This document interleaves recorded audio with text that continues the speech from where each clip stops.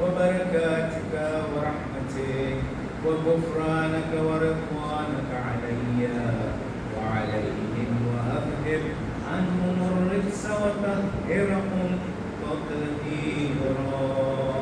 اللهم صل على محمد وآل محمد. قال الله عز وجل: يا ملائكتي ويا سكان سماواتي إني ما خلقت سماء مبنيا ولا أرضا مدحيا ولا قمرا منيرا ولا شمسا مضيئا ولا فلكا يدور ولا بحرا يجري ولا فلكا يسري إلا في محبة هؤلاء الخمسة الذين هم تحت الحساب. فقال الأمين جبرائيل: يا ربي ومن تحت الحساب؟ فقال عز وجل: هم أهل بيت النبوة ومعدن الرسالة، هم فاطمة وأبوها وبعلها وبنوها. اللهم صل على محمد وآل محمد. فقال جبرائيل: يا ربي أتامن لي أن أهبط إلى الأرض لأكون معهم سادسا؟ فقال الله: نعم قد أذنت لك. فهبط الأمين جبرائيل وقال: السلام عليك يا رسول الله. العلي الأعلى يقرئك السلام ويخصك بالتحية والإكرام ويقول لك وعزتي وجلالي إني ما خلقت سماء مبنيا ولا أرض مبحيا ولا قمرا منيرا ولا شمسا مضيئا ولا فلكا يدور ولا بحرا يجري ولا فلكا يسري إلا لأجلكم ومحبتكم، وقد أذن لي أن أدخل معكم فهل تأذن لي يا رسول الله؟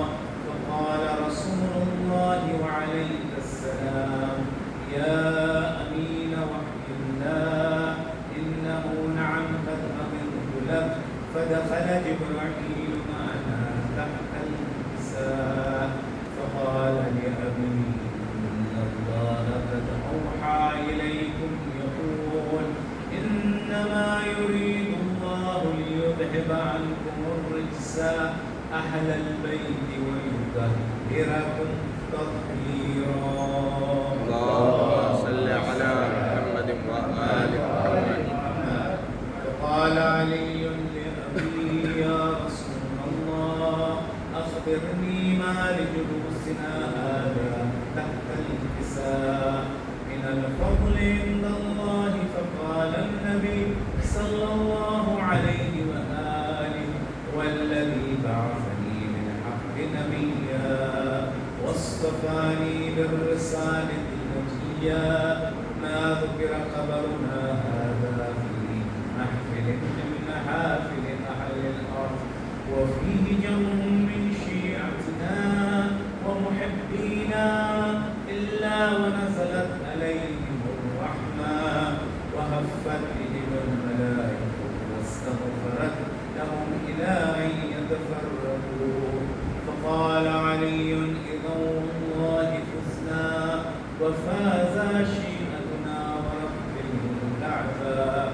فقال النبي صلى الله عليه وآله ثانيا: يا علي والذي بعثني بالحق نبيا واصطفاني بالرسالة نجيا ما ذكر خبرنا هذا في محفل من محافل أهل الأرض وفيه جمع من شيعتنا ومحبينا وفيهم مهموم إلا وفرج الله عنا ولا مهموم إلا وكشف الله عما ولا طالب حاجة إلا وقضى الله حاجة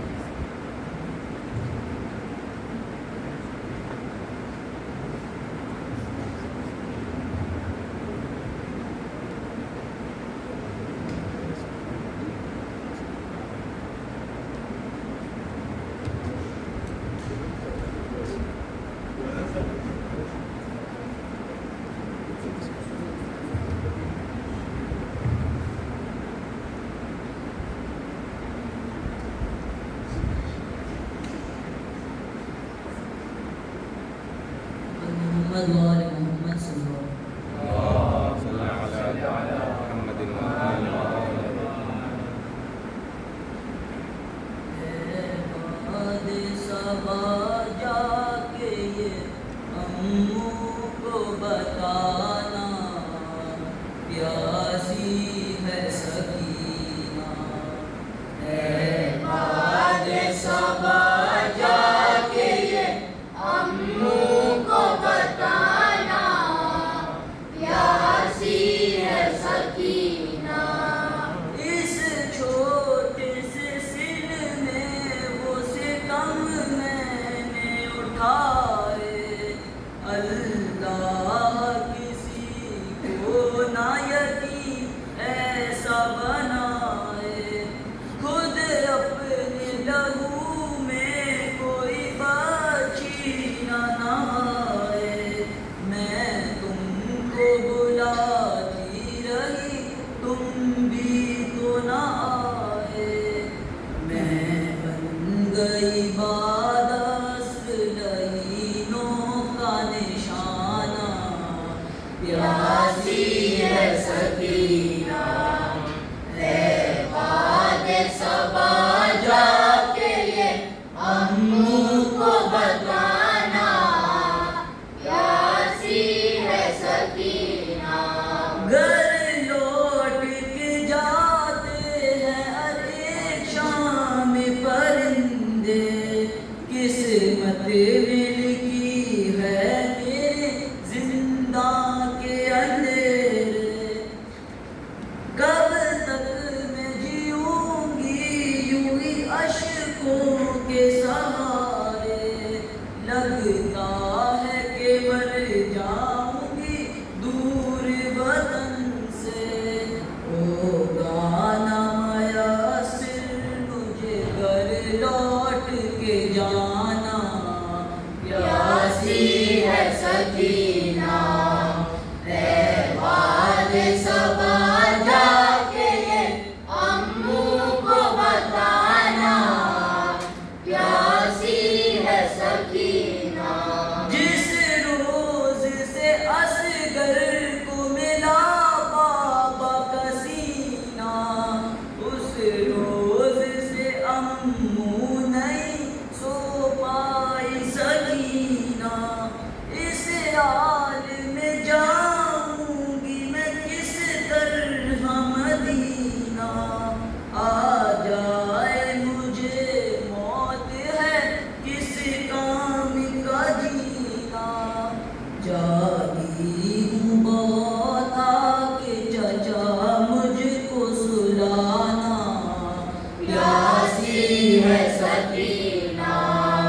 ہے باد صبا جا کے یہ اموں کو بتانا پیاسی ہے سکینہ.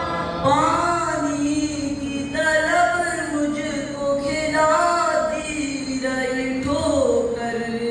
کہتا تھا نہیں دوں گا میں فوجوں کو پلا کر. جب شمر نہیں کر چکا سیراب یہ لشکر دکھلا کے مجھے پھینک دیا پانی زمین پر. تب سمجھی میں کیا ہوتا ہے امید دلانا پیاسی ہے سکینہ. ہے باد صبا جا کے یہ اموں کو بتانا پیاسی ہے سکینہ. ایک رسی میں ہم سب کے گلے باندھ کے آدھا کرتے ہوئے تشریف چلے جانب کوفہ. اور اس پہ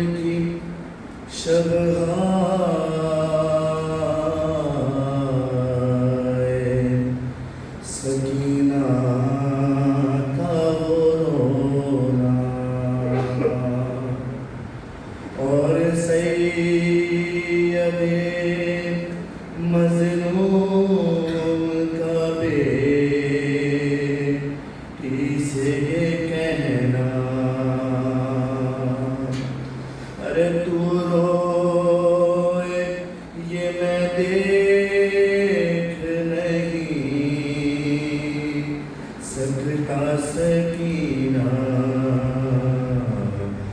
اچھی نہیں یہ بات، نہ رویا کرو بیوی، پہلو میں کبھی ماں کے بھی سو یا کرو بیوی، اچھی نہیں یہ بات، نہ رویا کرو بیوی۔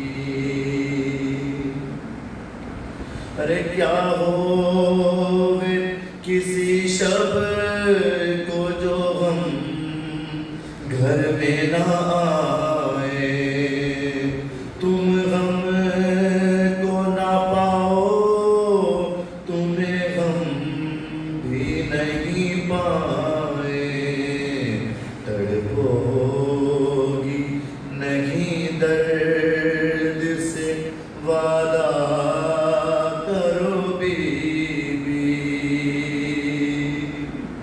ارے بیٹھا کرو کچھ دیر چراغوں کو بجھا کر، سمجھا کرو اس خاک کو اے لاڈلی بستر، بالی کبھی یوں ہی نہیں پہنا کرو بیوی، کچھ دیر کو یہ فرض کرو ہم نہ رہیں گے، باقی نہ رہے ہاتھ کوئی رکھنے کو سر پر، ماحول یتیموں کا بھی سوچا کرو بیوی، عادت ذرا تنہائی میں رہنے کی بھی ڈالو، تصویر تصور میں اسیری کی بنا لو، آزاد پرندوں کو نہ دیکھا کرو بیوی، پہلو میں کبھی ماں کے بھی سو یا کرو بیوی، اچھی نہیں یہ بات، نہ رویا کرو بیوی، پر محمد صلی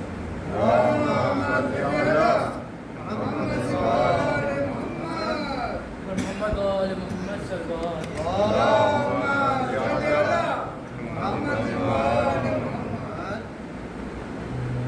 مجھے کوئی سکینہ نہیں کہتا،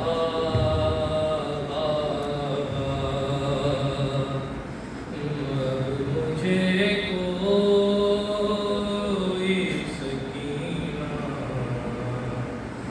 نہیں کہتا، قیدی کہتا ہے کوئی،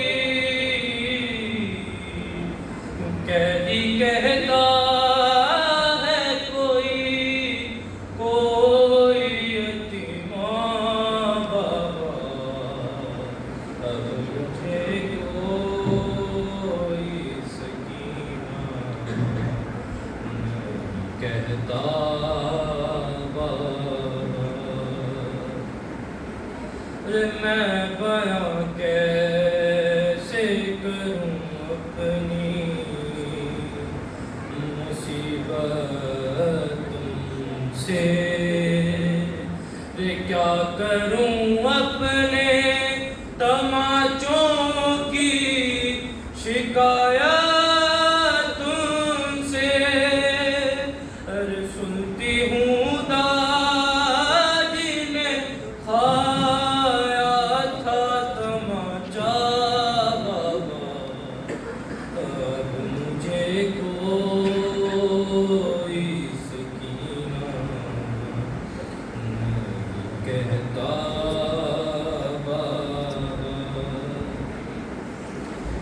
نیل رخساروں پہ بینائی بھی جس کی کم ہو، ارے عمر ہو 4 برس اور کمر میں خم ہو، ارے آپ نے دیکھی ہے کیا ایسی ضعیفہ بابا، اب مجھے کوئی سکینہ نہیں کہتا بابا، رے آپ تھے دور تو میں سارے ستم سہتی رہی، رے رو پڑی کوفے کے دربار میں سہ نہ سکی، ارے آپ کے سامنے جب شمر نے مارا بابا، اب مجھے کوئی سکینہ نہیں کہتا بابا، رے وہ تو بیمار تھی مر جاتی، سفر میں آ کر دفن کرتے اسے بازار میں بھیا کیسے، ارے یہ تو اچھا ہوا آئی نہیں سغرا بابا، اب مجھے کوئی سکینہ نہیں کہتا بابا، محمد اور مصطفیٰ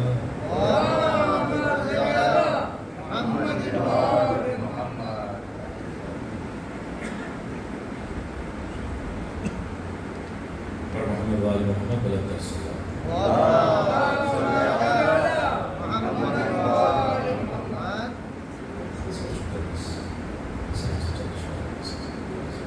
ضرور پڑھی گا محمد وآل محمد.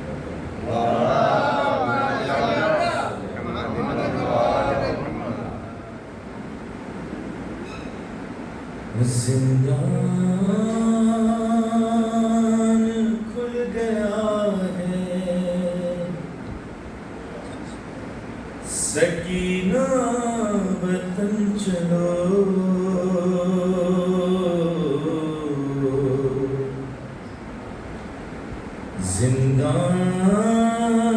زندان کھل گیا ہے، سکینہ وطن چلو،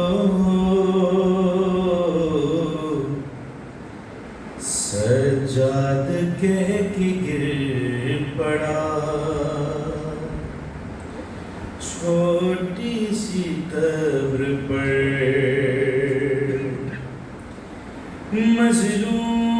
مظلوم ایسے گر پڑا، مظلوم ایسے گر پڑا، تربت پہ بہن کی جیسے حسین تھا گرا، اکبر کی لاش پر کر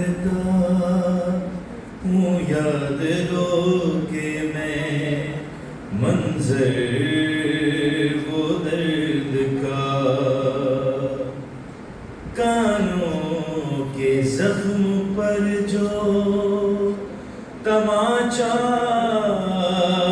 تجھے لگا بابا کو تو سنا پہ بابا کو تو سنا پہ صدا دیتی رہ گئی بابا سنا پہ روتے تھے تب تجھ کو دیکھ کر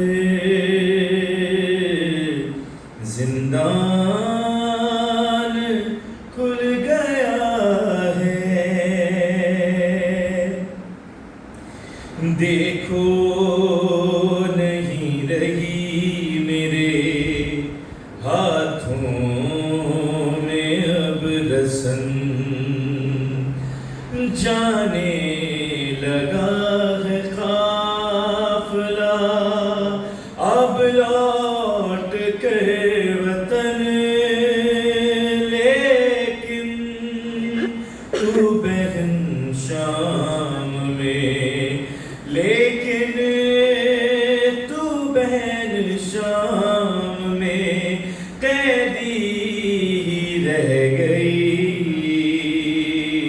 کھا کر تماچے سو گئی زندہ کی خاک پر زندان کھل گیا ہے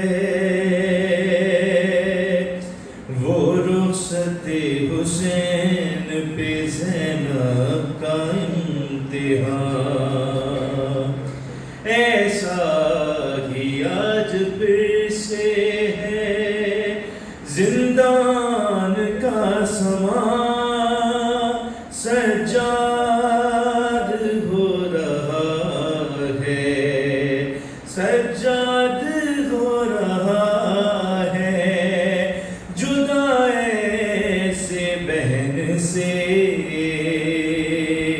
اٹھتا ہے رو کے قبر سے گرتا ہے قبر پر زندان کھل گیا ہے پر محمد برکت سوال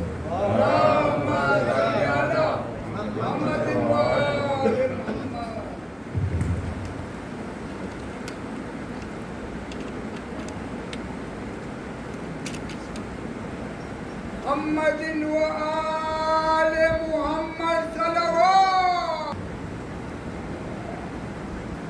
کی ارواح کے سارے ثواب کے لیے شہداء کربلا کی ارواح کی حضور نذرانہ عقیدت کے لیے شہداء اسلام کی ارواح کے سارے ثواب کے لیے اپنے ہماری مرحومین کے سارے ثواب اور تمام مومنین کے گھروں میں جو مومن مریض ہیں ان کی شفا یابی کے نیت سے ایک مرتبہ سورہ الحمد اور ایک مرتبہ سورہ اخلاص کی تلاوت فرمائیں بسم اللہ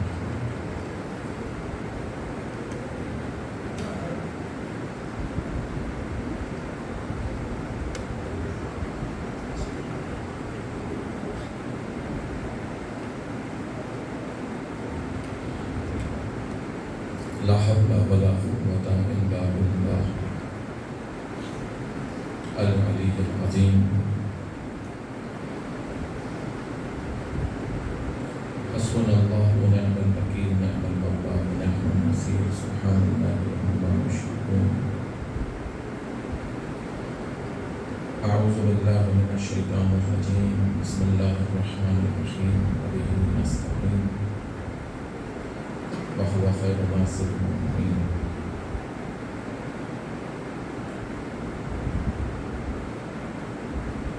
الحمد لله رب العالمين بارئ الخلائق أجمعين الحمد لله الذي لا يملك ملكته القادرون ولا يحصي نعماءه عادون ولا يؤدي حقه المجتهدون الذي ليس لصفته مدح محدود ولا نعت موجود شر فضل الخلائق بقدرته ونشر الرياح ثم الصلاة والسلام على الرسول المسدد المصطفى المنجد المحمود الأحمد سيدنا ونبينا ومولانا ومولى الكونين جد الحسن والحسين القاسم المصطفى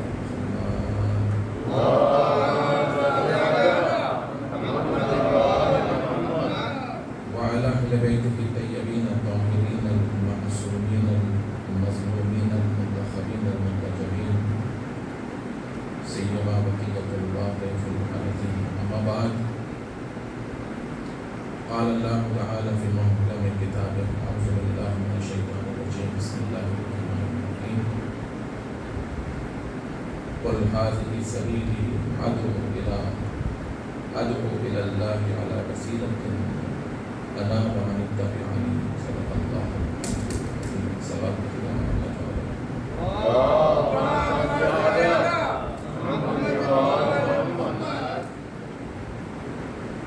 سورہ یوسف کی آیت نمبر 108 اللہ تعالیٰ اس پر ارشاد فرما رہے کہ اے رسول کہہ دو یہ جو راہ ہے میرے خدا کی راہ ہے، میرے اللہ کی راہ ہے، اور اپنے اللہ کی طرف بلانے کے لیے بصیرت سے کام لو۔ نہ فقط تم بصیرت سے کام لو بلکہ جو تمہارے چاہنے والے ہیں، تمہارے ماننے والے ہیں، جو تمہاری راہ پہ چلنے والے ہیں، اتباع کرنے والے ہیں، ان کو بھی چاہیے کہ وہ بصیرت کے ساتھ اللہ کی طرف دعوت دیں۔ اس آیت مبارکہ کا مفہوم یہ ہے۔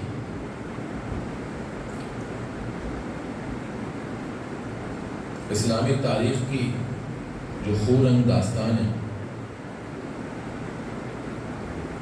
اس کا ایک بہت بڑا حصہ اسی بصیرت کے نہ ہونے کے باعث ہے کہ اہل بیت اطہار اتنی عظیم فضیلت رکھنے کے باوجود وہ معصوم ہستیاں کہ جن کا ذکر سن کے آج ہمارے دل روشن ہو جاتے ہیں، انسان کفر و شرک کی ظلمات سے نکل کر ہدایت کے نور کی طرف جاتا ہے، جن کا ذکر سن کے اگر انسان میں بصیرت نہ پائی جائے تو یہ ذوات مقدسہ بنفس نفیس انسان کی آنکھوں کے سامنے تشریف لے کر آ جائے، لیکن انسان ان سے ہدایت لیتا ہوا نظر نہیں آتا، کیوں؟ چونکہ بصیرت نہیں ہوتی۔ ہم نے عرض کیا کہ اللہ تعالیٰ نے ایک ظاہری آنکھ دی ہمیں دیکھنے کے لیے، جس کو ہم قوت بصارت کے عنوان سے جانتے ہیں، ظاہری آنکھیں، وہ آنکھیں۔ ایک باطنی آنکھ ہے جس کو ہم دل کی آنکھ بولتے ہیں، آسان لفظوں میں عرض کریں تو جس کو شعور بولتے ہیں، جس کو ہوشیاری بولتے ہیں، یہ بھی خدا کی نعمت ہے۔ اس شعور کے باعث انسان اپنی دنیا کو احسن انداز میں گزارتا ہے۔ ایک نارمل انسان اپنی زندگی میں اگر اس بصارت کے ساتھ بصیرت کا مظاہرہ نہ کرے، اس ظاہری آنکھ کے ساتھ اپنی باطنی اینالائٹیکل جو ایبیلٹی ہے خدا نے اس کو دی، تجزیہ و تحلیل کی قوت، جس کو ہم شعور کے عنوان سے تعبیر کرتے ہیں، اگر اس کا استعمال نہ کریں، انسان اس دنیا میں نقصان اٹھانے والوں میں قرار پاتا ہے۔ لہٰذا دیکھیں ایک انسان ہے جو اپنی زندگی میں کسی تجارت کو انجام دیتا ہے، ایک بزنس مین ہے، وہ اپنی ظاہری آنکھوں کے ساتھ ساتھ اپنے اس باطنی شعور کا بہترین انداز میں استعمال کرتا ہے تاکہ اس کو کاروبار میں نقصان نہ ہو۔ اس کا تعلق بزنس ڈیلنگ سے، اس کا تعلق لوگوں سے تعلقات سے، اس کا تعلق چہرہ شناسی سے، اس کا تعلق لوگوں کے گزشتہ حالات کو دیکھ کے اس کے موجودہ حالات کا نتیجہ نکالنا ہو۔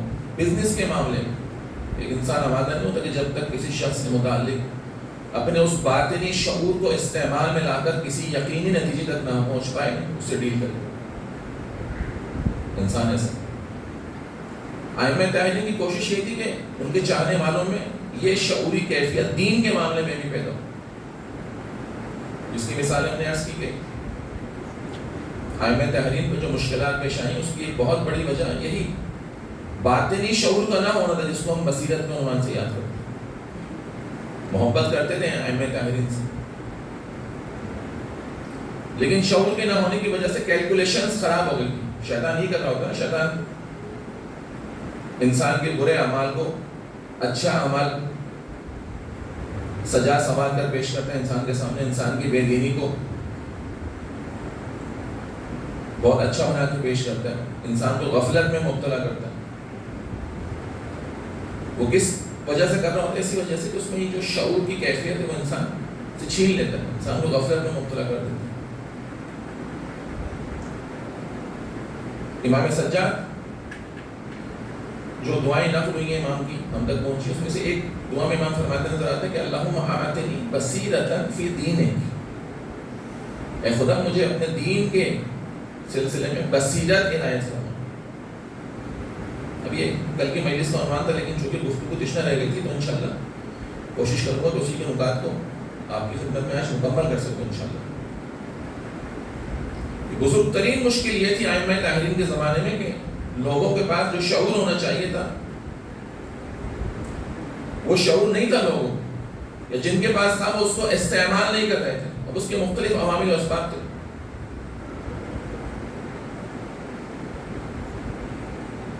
ہم نے اس کیا کہ کربلا میں جو آخر دم تک اصحاب امام کے ساتھ رہے، اس کی ایک بہت بڑی بنیادی ترین وجہ کیا تھی؟ یہی شعور تھا، یہی بصیرت تھی. جناب نافع ابن ہلال اگر روزے عاشور کھڑے ہو کے فرماتے کہ انا علی نیاتنا و انا علی بصائرنا، سے مراد یہ تھا کہ ہماری بصیرتیں وہی بصیرتیں جو مدینے سے چل کر ہوتی، ان میں کوئی تبدیلی ایجاد نہیں. یہ حضرت عباس علیہ السلام کی جو خاصیت بیان ہوئی ہے روایات میں، چھٹے امام نے فرمایا کہ کان ابونا العباس نافذ البصیرہ، کہ ہمارے چچا عباس ان کی خاصیت کیا تھی؟ صاحب بصیرت تھے. اتنی امپورٹنٹ چیز ہے. تاریخ اسلام میں ائمہ طاہرین نے اکثر مشکلات جو اٹھائی ہیں وہ اسی بصیرت کے فقدان کی وجہ سے، اور بہت سارے عوامل بھی اپنی جگہ، لیکن ایک بنیادی ترین سبب یہ بھی تھا لوگ جانتے تھے ائمہ طاہرین کو، لیکن چونکہ اپنے اس شعور کو استعمال نہیں کر رہے تھے. ائمہ طاہرین کا احترام کی حد تک ان کو مانتے تھے، ان کی بات سنتے تھے، لیکن امام معصوم کے عنوان سے، حجت خدا کے ہونے کے عنوان سے ان کو قبول نہیں کرتے. وجہ کیا تھی؟ چونکہ بصیرت کو مظاہرہ نہیں کرتے.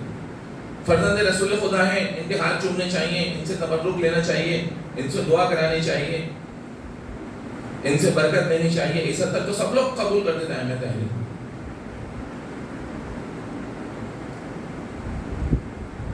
لیکن ائمہ طاہرین کی شخصیت کا وہ پہلو کہ جو ان کو امام ہونے کے عنوان سے اور معصوم ہونے کے عنوان سے خدا نے حجت ہونے کے عنوان سے لوگوں کے درمیان بھیجا، اس پہلو کو لوگ قبول نہیں کر پا رہے تھے. وجہ کیا ہے؟ وہ شعور حاصل نہیں ہو پائے.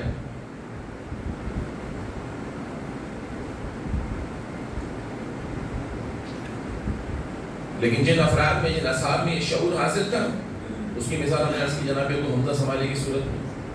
سخت ترین حالات میں جب لوگ امام صادق کے بعد ان کے جانشین کو پہچان نہیں پا رہے تھے، کس چیز کی مدد سے ابو حمزہ سمالی نے امام موسیٰ کاظم کی امامت کو پہچانا ہے؟ اسی بصیرت کی بات سے. اور اس کے مقابلے میں بڑے بڑے آپ کو کردار مل جائیں گے، بڑی بڑی شخصیات مل جائیں گی. ظاہری طور پر پرسنل لائف میں بہت دیندار تھے، بہت متقی تھے، بہت پرہیزگار تھے، لیکن وہ اس تجزیاتی صلاحیت سے محروم تھے، اس شعور سے محروم تھے. اپنے اندر جو خدا نے ایک صلاحیت دی ہے کہ حق کو باطل سے الگ کر کے دیکھنے کی قوت، اس کو استعمال میں نہیں لاتے تھے. اللہ اگر بعض اوقات استعمال میں لے کر آ جایا کرتے تھے، لیکن ان کی دنیا جب ان کے دین کے مقابلے آتی تھی تو اس وقت اپنے دین سے ہاتھ اٹھا لیا کرتے تھے. ائمہ کی مظلومیت یہاں ہے. لہذا دیکھیں کہ بڑی بڑی شخصیات ائمہ طاہرین کی جو ائمہ طاہرین کا ساتھ چھوڑ کے نہیں ہیں، وہ اسی وجہ سے. جناب عبید اللہ ابن عباس جو امام حسن کا ساتھ چھوڑ کے گئے، پورا لشکر لے کے جا کے امیر شام سے مل گیا، اس کے نتیجے میں امام حسن کو شہادت سے دوچار ہونا پڑا. پوری خلافت اسلامیہ، امامت کا ظاہری نظام جس کو ہم خلافت کے عنوان سے تعبیر کرتے ہیں، وہ چلا گیا دشمنوں کے ہاتھوں. کیوں؟ ایک شخص نے اتنی بصیرت کا مظاہرہ نہیں کیا کہ چند دن کی دنیا کی عیاش زندگی سے بہتر ہے کہ میں آخرت کی ابدی زندگی کو اختیار کروں. انسان بزنس میں یہ کر رہا ہوتا ہے نا، کبھی بھی چھوٹے فائدے کی خاطر بڑے فائدے کو نظر انداز نہیں کرتا. جو مومن صاحب ایمان ہوتا ہے، مومن جو صاحب بصیرت ہوتا ہے، اسی پہلو سے ہوتا ہے کہ وہ کبھی بھی اپنی آخرت جو ہے اس کا سودا اس حقیر بس دنیا کی قیمت پہ کرتا نظر نہیں آتا. لہذا مشکلات کو تحمل کرتا ہے، سختیوں کو تحمل کرتا ہے، لیکن کبھی بھی اپنے دین سے ہاتھ اٹھاتا ہوا نظر نہیں آتا. لیکن جب یہ مومن بے بصیرتی کا شکار ہو جائے، اس کی کیلکولیشنز خراب ہو جائیں، اس وقت کیا ہوتا ہے کہ دنیا کی پست اور حقیر چیزوں کی وجہ سے اپنے دین کا سودا کرتا نظر آتا. کربلا والوں کی خاصیت یہ تھی کہ کربلا والوں نے صحیح کیلکولیشن کو پہچان لیا تھا، اس یقین کے درجے پر پہنچ گئے تھے کہ دیکھو وقتی طور پہ تھوڑی تکلیف تحمل کرنا ہوگی، لیکن اس کے بعد ابدی لذت ہے. حسین علیہ السلام کے قرب میں ہمیں جگہ ملے گی، اہل بیت کے قدموں میں رہ کر جب تک خدا کی خدائی باقی ہے اس وقت تک ہم حسین کے غلام بن کے بہشت میں زندگی گزاریں گے. کتنی اچھی کیلکولیشن. اس شخص کے مقابلے میں جو مدینے سے اونٹ لے کر آیا، شب عاشور امام حسین کی خدمت میں موجود تھا، روز عاشور تمام مصائب کو دیکھا. عصر عاشور جب امام حسین جنگ کے لیے میدان میں جا رہے ہیں، امام کے پاس آتے ہیں، بولتے ہیں مولا میں نے جو زحمت کی ہے اونٹ لے کے آئے ہیں، اس کے ذرا مجھے خرچہ دے دیں، اس کے بعد آپ جائیں شہید ہو جائیں. کتنی بری کیلکولیشن تھی. کیلکولیشن انہوں نے بھی کی، شہدائے کربلا کیلکولیشن اس نے بھی کی، لیکن اس نے کیا کیا؟ چھوٹے فائدے کی خاطر بڑے فائدے کو ہاتھ سے جانے دیا. کیوں؟ چونکہ بصیرت کا مظاہرہ نہیں کیا. جو امام فرماتے ہیں بعض روایات میں ہے کہ مومن سے زیادہ بابصیرت کوئی شخص ہوتا نہیں. اس کی وجہ یہ کہ مومن چونکہ ایمان رکھتا ہے اسلام پر، خدا پر، وہ دنیا کی سختیاں تحمل کر کے اپنے دین کا سودا نہیں کرتا. لیکن ائمہ تحریر کے زمانے میں افراد کی قلت تھی. ائمہ تحریر چاہتے تھے کہ اس صفت کو اپنے چاہنے والوں میں ایجاد کریں، اس شعور کا مظاہرہ کریں. ہماری محبت کے معاملے میں بھی، دین کے معاملے میں بھی، دنیا کے معاملے میں بھی بے وقوفوں کی طرح معاملات نہ کریں. فقط ظاہری عقیدت کا مظاہرہ نہ کریں، کیونکہ اگر عقیدت ہو لیکن شعور نہ ہو، نتیجہ کیا نکلے گا؟ نتیجہ وہ نکلا جو کوفے میں جناب مسلم کے ساتھ ہوا، کربلا میں امام حسین کے ساتھ.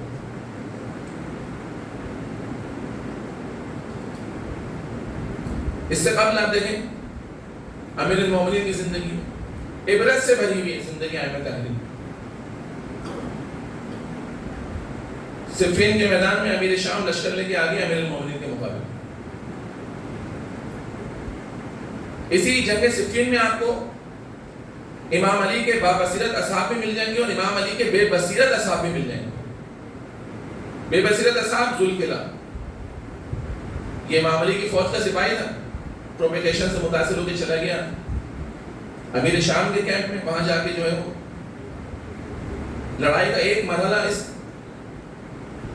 جگہ پہنچا کہ اس ذوالقلع نے کیا دیکھا کہ جناب عمار یاسر علی علیہ السلام کی فوج میں. اب یہ بندہ برا نہیں تھا، اچھا شخص تھا، میں اس لیے اس کی مثال لے کے آؤں. یہ شخص برا نہیں تھا، اپنی پرسنل لائف میں بہت اچھا دیندار تھا، مسلمان تھا، نیک کام کرتا تھا، کسی کا دل اس نے نہیں توڑا تھا، شراب نہیں پیتا تھا، بہت نیک آدمی تھا، لیکن صاحب بصیرت نہیں تھا، شعور کا مظاہرہ نہیں کر رہا تھا دین کے معاملے میں. امیر المومنین کی فوج میں جب اس نے جناب عمار یاسر کو دیکھا، اس کو رسول خدا کی حدیث یاد آ گئی کہ عمار تم کو ایک باغی گروہ قتل کرے گا. اب اس کے اندر ایک جنگ شروع ہو گئی، یہ میں نے کیا کر دیا کہ عمار یاسر جو ہے وہ تو علی علیہ السلام کے لشکر میں، اس کا مطلب ہے کہ قاتل ہم قرار پائیں گے، یعنی ہم جہنم میں، ہم کو باغی گروہ ہیں. اب یہ پہنچتا ہے معاویہ کے پاس. اچھا، اس کی مسئلہ یہ تھا کہ یہ امیر شام کا آدھا لشکر تقریباً وہ ذوالقلع کے قبیلے پر مشتمل تھا. شام سے جو فوجیں آئی تھیں وہ الگ تھی، باقی جو فوج تھی وہ اس کے قبیلے کی تھی. اتنی بڑی مین پاور لے کے امام علی کے لشکر میں آئی تھی. اگر یہ ایک بندہ چلے جاتا وہاں پہ تو اس کا معاویہ کا آدھا لشکر امام علی کے لشکر میں جا کے شامل ہو جاتا. اب دیکھیں جس میں شعور نہ ہو اس کو دھوکہ کیسے دیا جاتا. اب اس نے جا کے بولا، اس نے پوچھا میں کیوں پریشان ہو، کیا پرابلم ہو گئی، کیا مسئلہ ہو گیا؟ تو کہتا ہے رسول خدا کی حدیث ہے جناب عمار کے متعلق تقتلک فئۃ الباغیہ، کہ تمہیں ایک باغی گروہ قتل کرے گا. تو وہ باغی گروہ ہم ہی تمہیں، چونکہ عمار ہمارے مقابلے میں آ کے لڑنے. تو وہاں پہ امیر شام ایک ہیلے کا استعمال کرتا ہے. کیا بولتا ہے کہ تمہیں کیا پتا، تمہارے پاس کیا دلیل ہے کہ آخر تک عمار علی کے لشکر میں رہیں گے؟ ممکن ہے جنگ ختم ہونے سے پہلے ہم سے آگے مل جائے. کہ مائنڈ دیکھیں جو تعبد ہوتا ہے کیسی کیسی وہ پروپیگیشن کر رہا ہوتا ہے، پروپیگنڈاز کر رہا ہوتا ہے. اور پھر وہ شہید بھی ہو گئے بہرحال. لیکن اس کی بدقسمتی کہ یہ جناب عمار یاسر کی شہادت سے قبل مارا گیا، اور چونکہ امام علی کی تلوار سے مارا گیا لہذا جہنم میں اس کا ٹھکانہ. اچھا آدمی تھا، نیک آدمی تھا، مومن آدمی تھا، لیکن چونکہ دین کے معاملے میں بصیرت کا مظاہرہ نہیں کیا، علی علیہ السلام کی تلوار سے جہنم رسید ہوتا نظر آتا ہے اپنی تمام تر عبادتوں کے ساتھ. اسی جنگ صفین میں آپ کو ایک جوان مل جائے گا، دیکھیں، جس کی بصیرت روشن ہو، جس کا دل علی علیہ السلام کی ولایت سے نورانی ہو چکا، وہ پھر آپ کو اس طرح کا کردار نظر آتا ہے. اسی جنگ صفین میں، اسی میدان میں قبیلہ غسان کا ایک جوان نکل کے آیا، اس نے امیر المومنین علیہ السلام کی گستاخی شروع کی، امام علی علیہ السلام کو برا بھلا کہنا شروع کیا. اور بہت ساری اس میں باتیں جو تعریف میں نقل ہوئی. امام کے جو فوجی تھے وہ ظاہر بات ہے اشتعال میں آ گئے.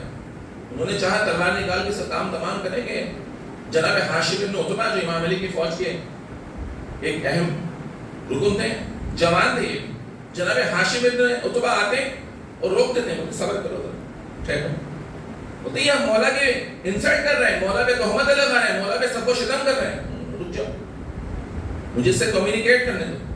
حاشم بن عتبہ آتے ہیں اور قبیلہ غسان کے جوان سے گفتگو شروع کرتے ہیں. دیکھیں یہاں پہ امام علی کی فوج کھڑی ہے، یہاں پہ امیر شام کی فوج کھڑی ہے.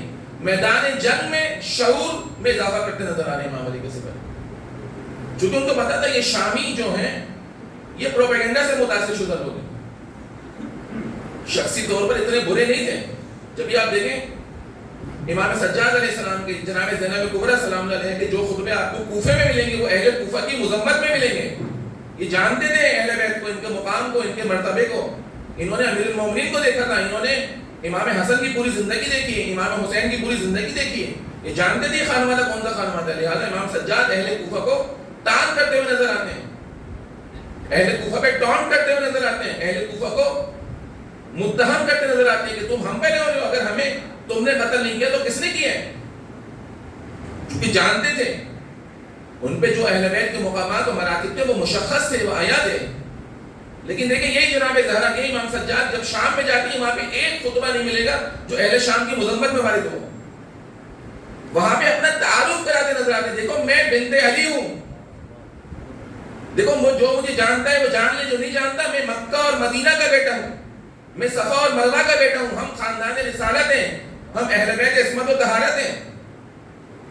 پروپیگیشن یہ کرتی ہے انسان کے ساتھ. کوفی اپنی شخصی زندگی میں دیندار تھے لیکن اجتماعی معاملے میں چونکہ بے بصیرتی کا مظاہرہ کیا، صحیح وقت پر امام کا ساتھ نہیں دیا، امام معصوم ان کو برا بھلا کہتا ہوا نظر آتا ہے، اپنے قتل میں ان کو شریک ٹھہراتا نظر آتا ہے.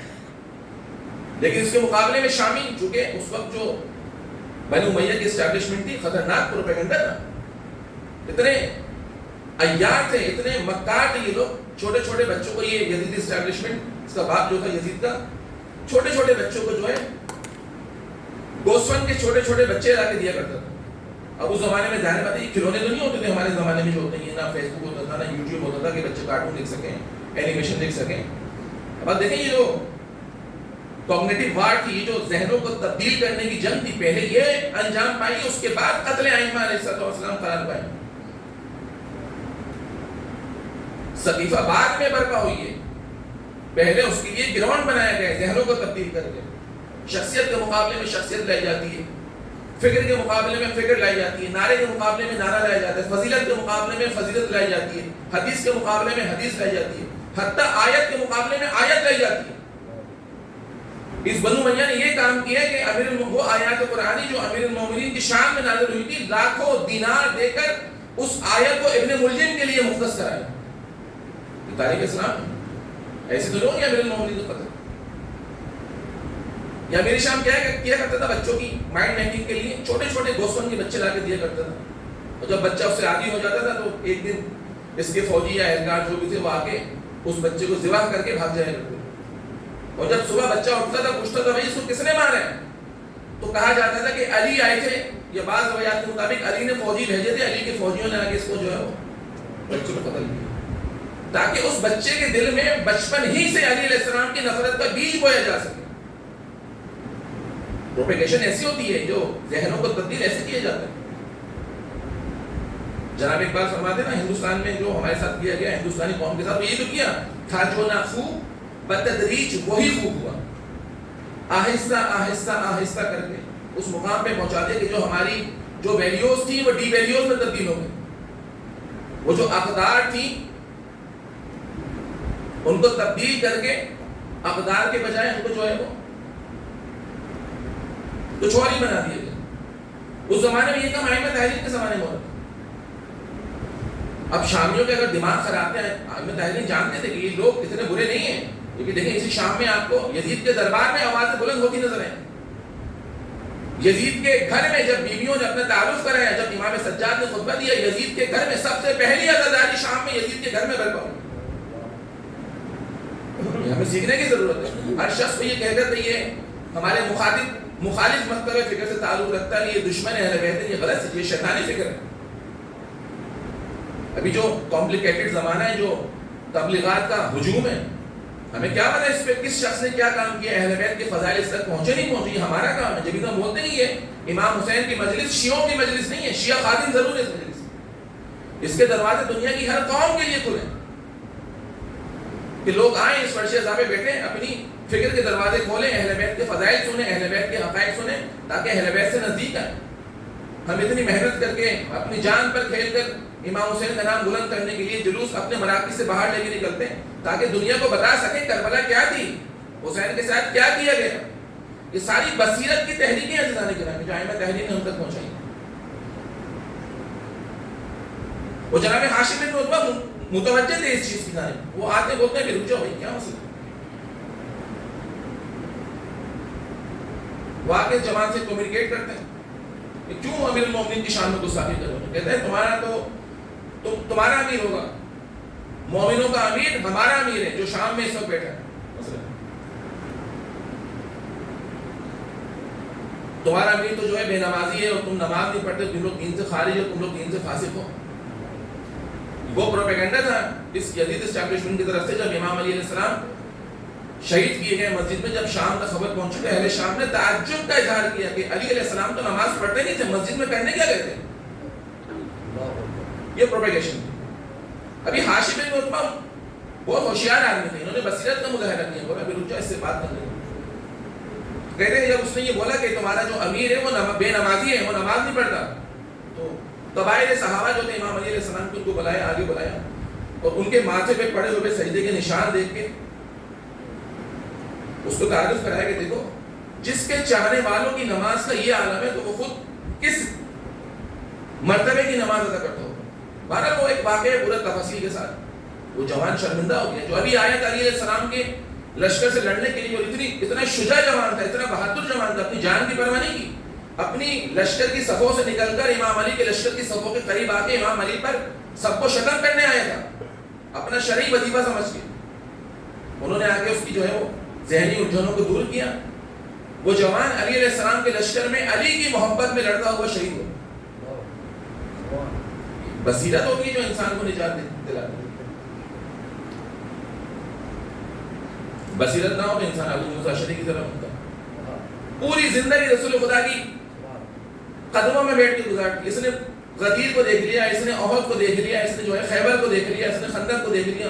ایک ایک فضیلت جو رسول خدا کے دہن مبارک سے زبان مبارک سے امیر المومنین کی نسبت جاری ہوئی تھی اس نے سب اپنے کانوں سے سنی تھی اور اپنی آنکھوں سے دیکھی تھی. اس ابو موسیٰ اشعری نے اپنے زمانے کے فقہا میں شمار ہوتا تھا اپنے زمانے کے عباد میں شمار ہوتا تھا بہت عابد تھا بہت پرہیزگار تھا. لیکن آپ دیکھیں امیر المومنین کے زمانے میں جب یہ کوفہ کا حاکم تھا جب اہل بصرہ نے قیام کیا امام علی کے خلاف جنگ جمل کے لیے گراؤنڈ فراہم کرنے لگے تو امام علیہ السلام نے اس کو بولا کہ کوفے سے لشکر بھیجو میری نصرت کے لیے. تو یہی ابو موسیٰ اشعری امام علی کے مقابلے میں کھڑا ہو گیا.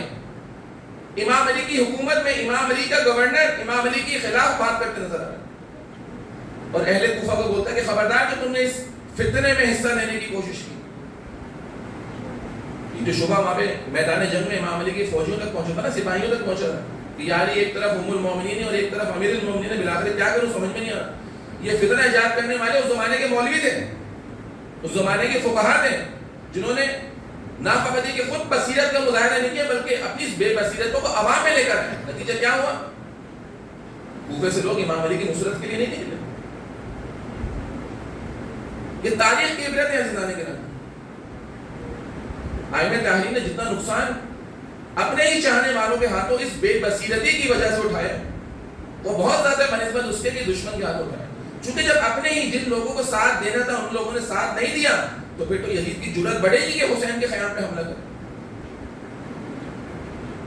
وہ بنی ہاشم کا پورا قبیلہ اگر نکل کے امام حسین کی نصرت کے لیے کربلا میں آ جاتا جنگ کچھ اور ہی رنگ اختیار کر جاتی.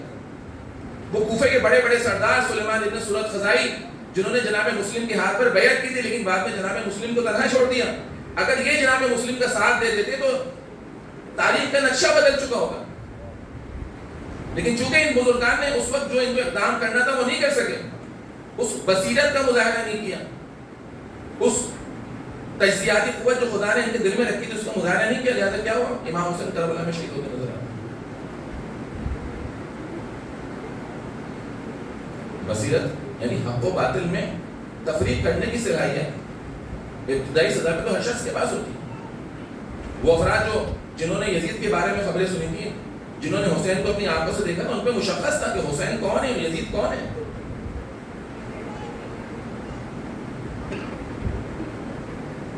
لیکن چونکہ بصیرت کا مظاہرہ نہیں کیا جیسا نہیں کرا, اپنے زمانے کے امام کی محبت رکھتے ہوئے نصرت کرتے ہوئے نظر نہ آئے. حالانکہ انسان اپنی زندگی میں اپنے دنیاوی معاملات میں بہترین طریقے سے تجزیہ اور تحلیل کرتا ہے, چھوٹے چھوٹے نقصان سے بچنے کے لیے بہترین پلاننگ کرتا ہے, بہترین اسٹریٹجیز بناتا ہے. امام چاہ رہے تھے, ہر دور کے امام نے کوشش کی کہ ان کے چاہنے والوں کی یہ صفات ایجاد ہو, دین کے معاملے میں بھی بے وقوف واقع نہ ہو, جو شخص دین کے نام میں ان کو جہاں چاہے لے کے جانا چاہے چلے جائیں. اب لبنان کی جو سوسائٹی اس کا مطالعہ کریں, اسٹڈی کریں, حزب اللہ بننے سے قبل اس لبنان میں مکتب اہل بیت کے چاہنے والوں کی کیا حالت تھی. شہید مصطفیٰ چمران نے کتاب لکھی ہے لبنان, بہترین کتاب ہے لبنان کے موضوع میں. اس میں بتاتے ہیں کہ یہ صورتحال تھی وہاں پہ فقر کے اعتبار سے, اخلاقی پستی کے اعتبار سے, کہ ایک مومن ایک مومنہ کی قیمت جو تھی وہ ایک بوری آٹے کے برابر تھی. اسی لبنان اکثریت اہل بیت کے چاہنے والوں کی تھی, لیکن اپنی اس دینی حمیت کو, دینی غیرت کو, دینی عقیدے کو اجتماع میں لے کے نہیں آئے تھے, بصیرت کا مظاہرہ نہیں کیا تھا, لہذا ذلیل تھے, رسوا تھے. یہ فرماتے کہ اس وقت مختلف جو قسم کے گروپس ہوتے تھے جو چاہتے تھے کہ لبنان میں لوٹ مار کریں, وہ لوگ افراد کو ہائر کرتے تھے. کون تھے افراد کو؟ بالغ کے جوانوں کو. یہ بالغ جو وہاں پہ ابھی اس نے بہت شدید قسم کی بمباری کی ہے وہاں پہ, اکثر اہل بیت کے چاہنے والے مجاہد ترین جوان ہیں اس علاقے کے, ان کو ہائر کرتے تھے, لے کر جاتے تھے, لوٹ مار کرتے تھے, ان کو واپس ان کا حصہ دے کے بھیج دیا کرتے تھے. شیخ چمران بولتے ہیں میرا خون جلتا تھا یہ دیکھ کے کہ اہل بیت کے چاہنے والے جوان, ان کی طاقت, ان کا حوصلہ, ان کی ایبلٹی دین کے لیے کام آنے کے بجائے دشمنان دین کے کام آنے. لیکن جس میں بصیرت, یہی شہید مصطفیٰ چمران صاحب بصیرت تھے, صاحب تقویٰ تھے, ناسا میں جاب کرتے تھے. انقلاب اسلامی سے قبل یہ ناسا میں جاب کرتے تھے. اپنی ناسا کی جاب چھوڑ کر یہ لبنان تشریف لائے. اس سے پہلے الجزائر تشریف لے کے وہاں پہ مسلمانوں کو انہوں نے مینج کیا, اس کے بعد لبنان تشریف لے کے آئے. اپنی اس دینی بصیرت, دینی حمیت کا مظاہرہ کرتے ہوئے وہاں پہ مومنین کو انہوں نے مینج کیا. نتیجہ نکلا حزب اللہ کی شکل. ایک شخص درست موقع پہ درست فیصلے کو کرے, اس بصیرت کو استعمال کرتے ہوئے تاریخ کا رخ مڑ جاتا ہے. چل جائے کہ وہ لوگ جو ائمہ طاہرین کی زندگی میں موجود تھے, اگر وہ امام کے زمانے میں, امام معصوم کے زمانے میں اپنی دینداری کے ساتھ دین شناسی کا بھی ثبوت دیتے ہیں, تاریخ کا نقشہ بدل چکا. لیکن افراد ذوالقلہ جیسے افراد سامنے ہیں ائمہ طاہرین کے مقابل, ابو موسیٰ اشعری جیسے افراد سامنے ہیں, کربلا جیسے افراد اگر امیر المومنین کے پاس ہوتے تو امیر المومنین کبھی بھی مظلومیت کے عالم میں مسجد کوفہ میں شہید نہیں کیے جاتے. علی جیسا سورما, علی جیسا پہلوان اپنی امت سے گلا کرتے نظر آ رہا ہے کہ تم میں کے 10, میری خواہش ہے تم میں کے 10 وہاں چلے جائیں, ان میں کا ایک یہاں پہ آ جائے. اس کی علت بھی امام نے کیا فرمائی کہ وہ لوگ باطل پر ہونے کے باوجود اپنے امام کے, اپنے رہبر کے, اپنے لیڈر کے اطاعت گزار ہیں, لیکن تم حق پر ہونے کے باوجود اپنے رہبر کے نافرمان ہو. تو یہ نافرمانی کیوں ہوتی ہے؟ اسی بے بصیرتی کی وجہ سے عزیزان کرام۔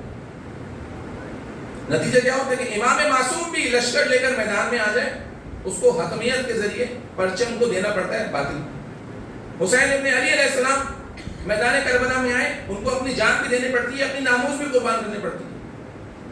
امام زمان جیسا معصوم امام اسی بصیرت کے نہ ہونے کی وجہ سے، عوام کے آمادہ نہ ہونے کی وجہ سے 14 صدیاں گزر گئی اس امام مظلوم کو پردہ غیبت میں رہتے ہوئے، لیکن چونکہ لوگوں میں آمادگی نہیں ہوئی ہے امام علیہ السلام ضرور نہیں فرمایا۔ جیسے ہر دور کے امام نے چاہے کہ ان کے چاہنے والوں میں اس بصیرت جیسی خدائی نعمت میں اضافہ ہو، اس کو لوگ یوٹیلائز کریں۔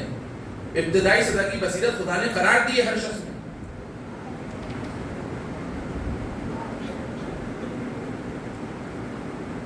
لیکن جب لوگ استعمال نہیں کرتے پھر نتیجہ کربلا کی صورت میں نکلتا ہے، نتیجہ کوفہ و شام کی صورت میں نکلتا ہے، نتیجہ 14 صدیوں کی غیبت کی صورت میں نکلتا ہے۔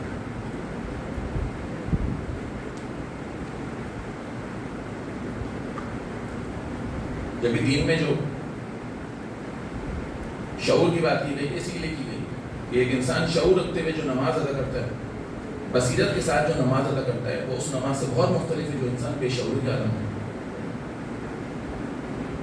اب اس کی چھوٹی سی مثال فقہی مسائل میں کہ انسان اگر نماز پڑھ رہے ہو، یہ ظاہری نماز ہم مجھ جیسا حقیقی انسان پڑھ رہا ہو، ایک انسان نماز پڑھ رہا ہو لیکن نماز پڑھتے پڑھتے اتنا غافل ہو جائے کہ اس کو یہ نہیں پتا ہو کہ میں کیا پڑھ رہا ہوں، تو اس کی نماز باطل ہو جاتی ہے، نماز کی کیفیت سے خارج ہو جاتی ہے۔ اس کو اچانک یاد آیا کہ میں کیا پڑھ رہا تھا، وہ یاد ہی نہیں آیا کہ میں کیا پڑھ رہا تھا۔ ظاہری طور پہ چھوٹی سی نماز کی مثال ہے، یہ چاہتے کہ انسان مسلمان ہونے کے عنوان سے زندگی گزارنے کا دعویٰ کر رہا ہو، زندگی کے 60 سال گزر جائیں انسان کے، لیکن اس کو اپنی دینی ذمہ داریوں کا احساس نہ ہو، دین نے مجھ سے کیا چاہے اس کے احساس نہ ہو، ایک رسم و رسوم کے اعتبار سے دین کو گزارے،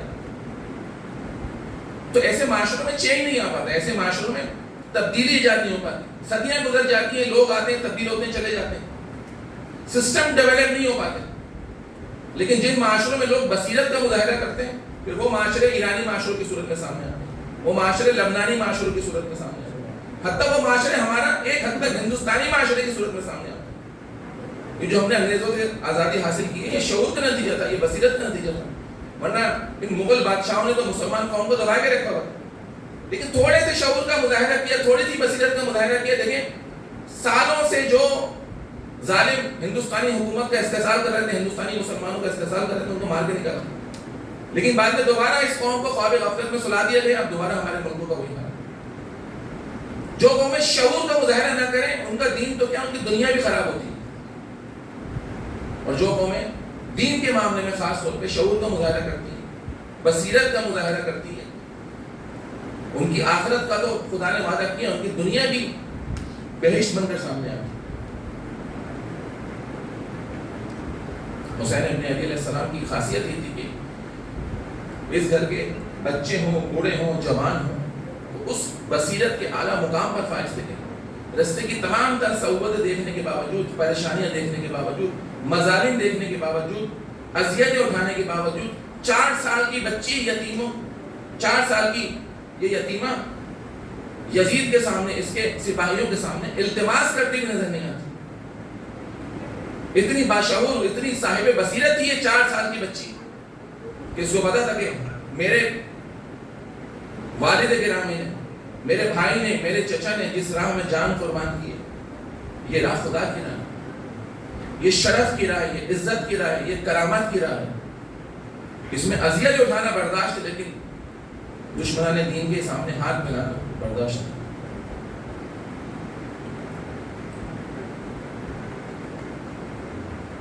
بصیرت انسان کے دین کے لیے بھی انتہائی ضروری ہے، انسان کے دنیا کے لیے بھی انتہائی ضروری ہے۔ جب امام سجاد فرماتے نظر آتے ہیں کہ اللہم اعطنی بصیرۃ فی دینک، اے خدا اپنے دین کے معاملے میں مجھے بصیرت عنایت فرما۔ اچھی تو بڑا حوصلہ تھا امام سجاد، بہت حوصلہ تھا امام کو کہ اتنی مصیبتیں دیکھنے کے بعد اگر امام سجاد فقط گریہ کرتے رہتے، گریہ کے علاوہ کچھ نہیں کرتے، کوئی دعا نہیں پڑھتے، کوئی صحیفہ سجادیہ ہم تک نہ پہنچتی، فقط امام کے آنسو ہم تک پہنچتے ہیں، امام کا حق ہے۔ وہ جو مصیبتیں امام سجاد نے دیکھی، جو اذیتیں اس مظلوم امام نے دیکھی،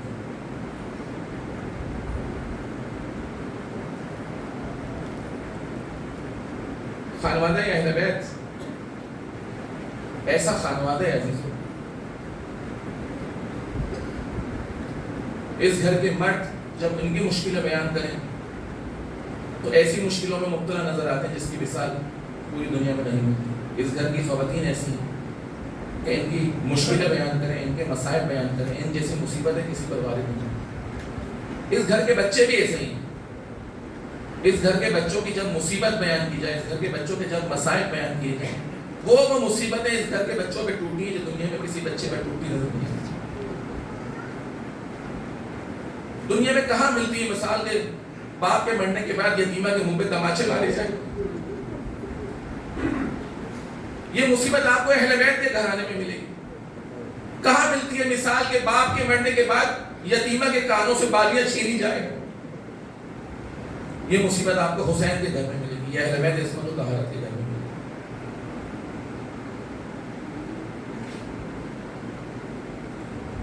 بی بی زینب کو کہا جاتا ہے ام المصائب، کہ وہ مصیبتیں اس بی بی نے دیکھی ہیں کہ مصیبتوں کو اپنی آغوش میں پروان چڑھانے والی بیویز کو کہا گیا ام المصائب۔ عزیزو لیکن فقط جناب زینب کی خاصیت نہیں ہے، جناب زینب تو پھر بھی ان کا سن تقریباً 50 برس 55 برس کا سن تھا۔ ارے 4 سال کی سکینہ نے کیا کیا مصیبت نہیں دیکھ رہی۔ اس بچی نے اپنے بھائی کے سینے میں لگی ہوئی برچی بھی دیکھی، اس بھائی نے علی اکبر جیسے، اس بہن نے علی اکبر جیسے بھائی کا جنازہ دیکھا، اس بہن نے علی اصغر جیسے بھائی کی شہادت کو سنا، اس بہن نے اونا محمد جیسے بھائیوں کی شہادت دیکھی، اس بہن نے ابو الفضل عباس جیسے چچا کی شہادت کو سنا ہے، ان کے خون آلود پرچم کو دیکھا ہے، اپنے باپ کی ٹکڑے ہوئی لاش اس بچی نے دیکھی۔ کوفے کی مصیبتیں اپنی جگہ، شام کی مصیبتیں اپنی جگہ۔ حق تو یہ ہے کہ اس بچی کو بھی ام المصائب کہا جاتا ہے، اس نے مصیبتوں کو اپنی آغوش میں پروان چڑھایا۔ رضا مقاصد میں جو کیفیت ملتی ہے بڑی عجیب کیفیت ہے۔ امام حسین جو آخری رخصت کے لیے تشریف لائے اہل حرم کے درمیان، مختلف راویوں نے مختلف انداز لکھا۔ کچھ نے لکھا کہ امام گھوڑے پر سوار تھے، جب چلنا چاہا تو گھوڑے نے اپنی جگہ سے حرکت نہیں کی۔ امام نے جستجو کی تو کیا دیکھا کہ گھوڑے کی ٹانگیں سے چھوٹی سی بچی لپٹی ہوئی۔ امام ذوالجلال سے نیچے تشریف لائے، بچی کو اپنے زانوں پہ بٹھایا اور بچی کو نوازش کرنے لگے، بچی کے گالوں کا بوسہ لینے لگے۔ بعض مقاتل نے عجیب روایت نقل کی، کہتے ہیں کہ جب امام حسین آخری رخصت کے لیے آئے ہیں اور تشریف لے کے جانا چاہ رہے تھے میدان میں، تو جناب زینب متوجہ ہوئی کہ سب بیویاں موجود ہیں لیکن حسین کی چھوٹی سی بیٹی در خیمہ پہ کھڑی باپ کے چہرے کو تک رہی ہے۔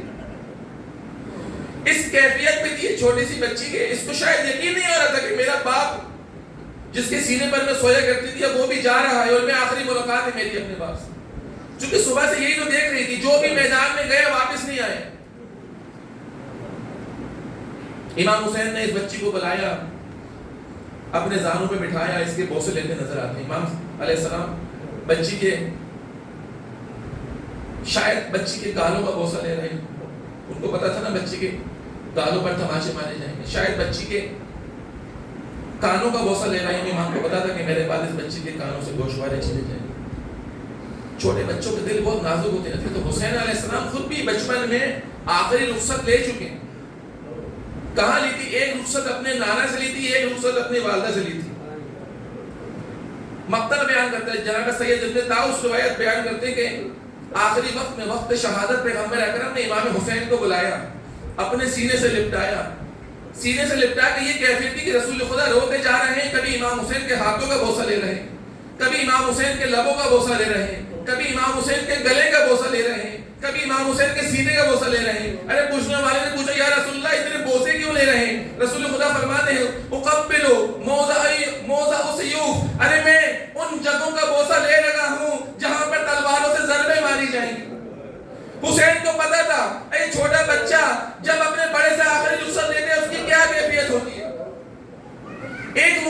تھا جہاں پر حسین نے اپنے نانا سے رخصت لی ہے. ایک مقام کون سا تھا؟ ارے ایک مقام وہ تھا کہ جب حسین کی ماں کا لاشا پڑا ہوا تھا, حسین اپنی ماں کے قدموں سے لپٹے آخری رخصت دے رہے تھے. ارے میری ماں مجھ سے بات کیوں نہیں کر رہی, میں تیرا حسین ہوں. ارے اس وقت امیر المومنین آئے تھے, حسین کو جدا کیا تھا, ارے نوازش کی ہوگی, دلاسا دیا ہوگا, تسلی دی ہوگی, سینے سے لگایا ہوگا, لیکن حسین کو پتا ہے کہ میری وہ یتیمہ ہے. ارے جب باپ کی لاش سے جدا کیا جائے گا, ارے کوئی تسلی تو کیا دے گا؟ تماچے مارے جائیں گے, بالیاں چھینی جائیں گی, دامن میں آگ لگائی جائے گی. عجیب مظلوم ہے عزیز. تو یہ عجیب مظلومیت بیان ہوئی. اس 4 سال کی بچی جب یہ ساری صحبتوں کو لے کر زندان شام میں پہنچی ہے, وہاں پہ مقاتل نے جو اس وقت کی مصیبت کو بیان کیا, کیا بیان کرتے ہیں کہ جس زندان میں اہل بیت کو رکھا گیا تھا اس زندان کی چھت نہیں تھی. جب شام ہوتی پرندے اس کے اوپر سے گزرتے, بچی پرندے کو دیکھتی, پھوپھی سے پوچھتی, پھوپھی اماں پرندے کہاں جا رہے ہیں؟ جناب زینب بتاتی, بیٹا اپنے گھروں کو پلٹ رہے. ارے جیسے ہی گھر کا نام سنتی, پھوپھی اماں ہم کب جائیں گے؟ جیسے ہی گھر کی بات آتی, بچی کو باپ یاد آتا, پھوپھی اماں این ابی, پھوپھی اماں میرا بابا کہاں ہے؟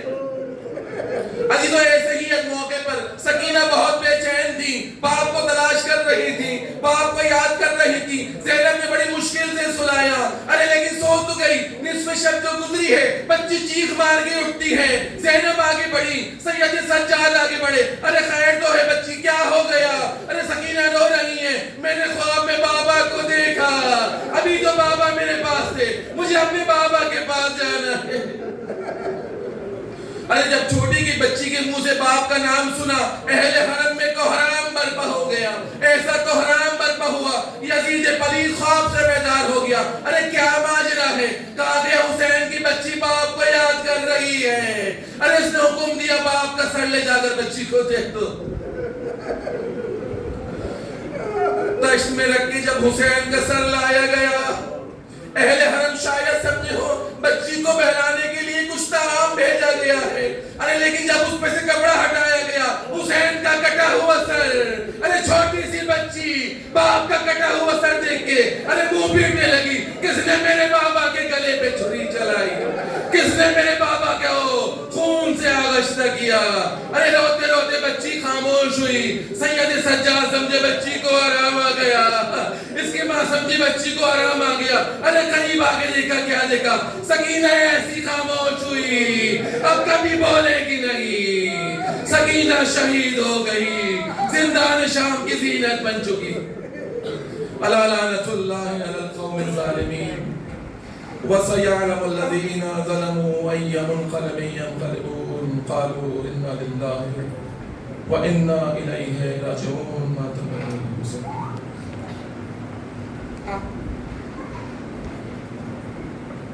میں آ گیا ہوں سکینہ, میں آ گیا ہوں سکینہ, بابا کے سر سے لپٹ جاؤ, بابا لینے آئے ہیں, آؤ سکینہ جاؤ, بابا لینے آئے ہیں. اور جب میں گیا تھا تو زخمی نہ تھی, بالوں میں تیرے سفیدی نہ تھی. ارے چہرے پہ کتنے نشان گئے, میری سکینہ تو ایسی نہ تھی. کیا ہو گیا حال بتلاؤ, بابا لینے آئے ہیں. ارے سوئی نہیں ہے, خبر ہے مجھے, آپ پاس اپنے سلا لوں تجھے, سینہ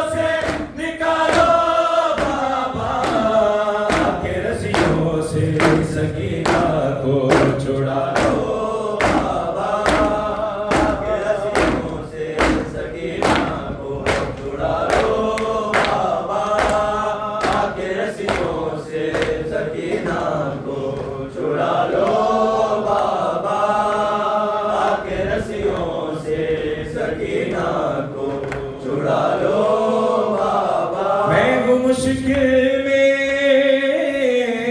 میں ہوں مشکل میں مجھے پاس بلا لو بابا آ کے رسیوں سے سکینہ کو چھڑا لو بابا آ کے رسیوں سے سکینہ کو چھڑا لو بابا ہے نیند آتی نہیں سونے سے بھی ڈر لگتا ہے تو جو کروٹ تو میرے کانوں سے خون رستا ہے اپنے سینے پہ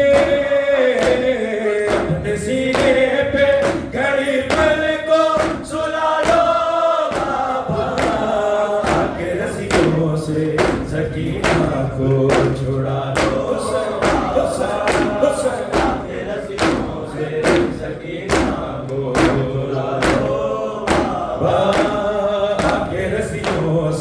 سکینہ کو چھڑا لو بابا آ کے رسیوں سے سکینہ کو چھڑا لو بابا آ کے رسیوں سے سکینہ کو چھڑا لو بابا ہے شبر سے ماں کو جو پانی تو چھڑک دیتا ہے پھر میرے سامنے مٹی پہ گرا دیتا ہے بھیج کے راضی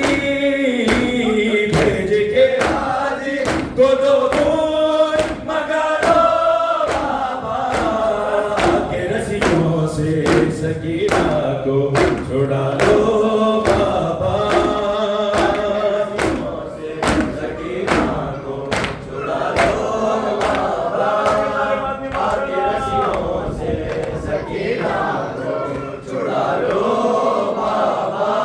مشکل میں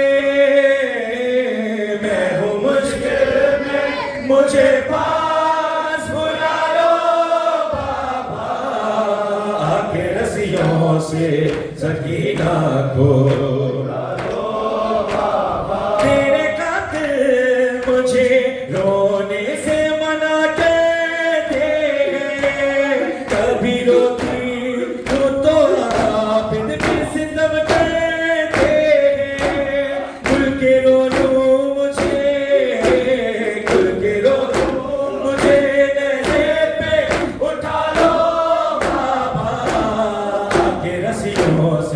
سکینہ کو چھڑا لو بابا کے رسیوں سے سکینہ کو چھڑا لو بابا کے رسیوں سے سکینہ کو چھڑا لو بابا کے رسیوں سے سکینہ کو چھڑا لو بابا دکھتے ہیں میرے کان سلا دو مجھے بھیا سلا دو مجھے بھیا دکھتے ہیں میرے کان سلا دو مجھے بھیا سلا دو مجھے بھیا دکھتے ہیں میرے کان سلا دو مجھے بھیا سلا دو مجھے بھیا دکھتے ہیں میرے کان سلا دو مجھے بھیا سلا دو مجھے بھیا ہے دکھتے ہیں میرے کان سلا دو مجھے بھیا سلا دو مجھے بھیا ہے دکھتے ہیں میرے کان سلا دو مجھے بھیا سلا دو مجھے بھیا ہے دکھتے سب پڑھو سلا دو مجھے بھیا سلا دو مجھے بھیا ہے دکھتے ہیں میرے کان سلا دو مجھے بھیا سلا دو مجھے بھیا تم ماں کی طرح بھیا تم ماں کی طرح لوری سلا دو مجھے بھیا دکھتے میرے کان سلا دو مجھے بھیا سلا دو مجھے بھیا تم ماں کی طرح بھیا تم ماں کی طرح لوری سنا دو مجھے بھیا دکھ دے میرے کان سلا دو مجھے بھیا سلا دو مجھے بھیا دکھ دے میرے کان سلا دو مجھے بھیا سلا دو مجھے بھیا دکھتے ہیں میرے کان سلا دو مجھے بھیا سلا دو مجھے بھیا لگتا ہے تیرے سے ڈر تیری سکینہ کو لگتا ہے تیرے سے ڈر تیری سکینہ کو تم سے میرے بابا کا تم سے میرے بابا کا دلا دو مجھے بھیا دکھتے ہیں میرے کان سلا دو مجھے بھیا سلا دو مجھے بھیا لگتا ہے اندھیرے سے ڈر تیری سکینہ کو لگتا ہے اندھیرے سے ڈر تیری سکینہ کو تم سے میرے بابا کا تم سے میرے بابا کا دلا دو مجھے بھیا دکھتے ہیں میرے کان سلا دو مجھے بھیا سلا دو مجھے بھیا دکھتے ہیں میرے کان سلا دو مجھے بھیا سلا دو مجھے بھیا دکھتے ہیں میرے کان سلا دو مجھے بھیا سلا دو مجھے بھیا دکھتے ہیں میرے کان سلا دو مجھے بھیا سلا دو مجھے بھیا ارے دیکھا ہے ناکھوں نے بابا کا گلا کٹتے دیکھا ہے ناکھوں نے بابا کا گلا کٹتے ارے بھولو گی بھلا کیسے بھولو گی بھلا کیسے بتا دو مجھے بھیا دکھتے ہیں میرے کان سلا دو مجھے بھیا سلا دو مجھے بھیا دیکھا ہے ناکھوں نے بابا کا گلا کٹتے دیکھا ہے ناکھوں نے بابا کا گلا کٹتے بولو گی بھلا کیسے بولو گی بھلا کیسے بتا دو مجھے بھیا دکھتے ہیں میرے کان سلا دو مجھے بھیا سلا دو مجھے بھیا دکھتے ہیں میرے کان سلا دو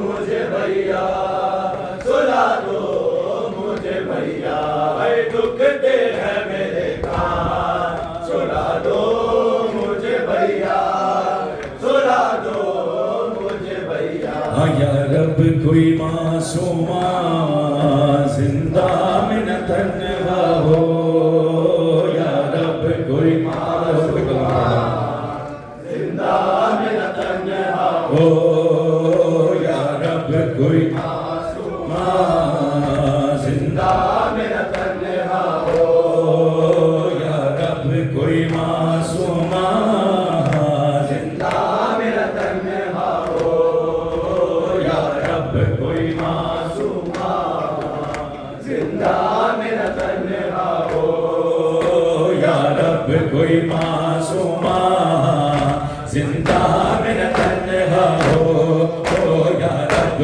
کوئی معصومہ زندہ میں نہ تنہا ہو یا رب کوئی معصومہ معصوما زندہ میرا تنہا ہو یا رب کوئی معصوما زندہ میرا تنہا ہو یا رب کوئی معصوما زندہ میرا تنہا ہو یا رب کوئی معصوما زندہ میرا تنہا ہو یا رب کوئی معصوما زندہ میرا تنہا ہو یا رب کوئی معصوما زندہ میرا تنہا ہو یا رب کوئی معصوما زندہ میرا تنہا ہو یا رب کوئی معصوما زندہ میرا تنہا ہو پابند نہ ہو آگے